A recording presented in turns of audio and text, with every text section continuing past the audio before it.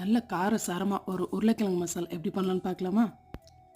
First இதுக்கு ஒரு குக்கரில் நான் இன்றைக்கி 1/2 kg அளவுக்கு உருளைக்கிழங்கு பாயில் பண்ணி எடுத்துக்கிறேன்.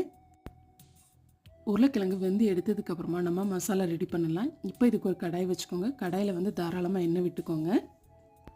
எண்ணெய் நல்லா சூடானதுக்கப்புறமா 1/2 டீஸ்பூன் அளவுக்கு கடுகு அண்ட் 1/2 டீஸ்பூன் அளவுக்கு சோம்பு சேர்த்துக்கோங்க.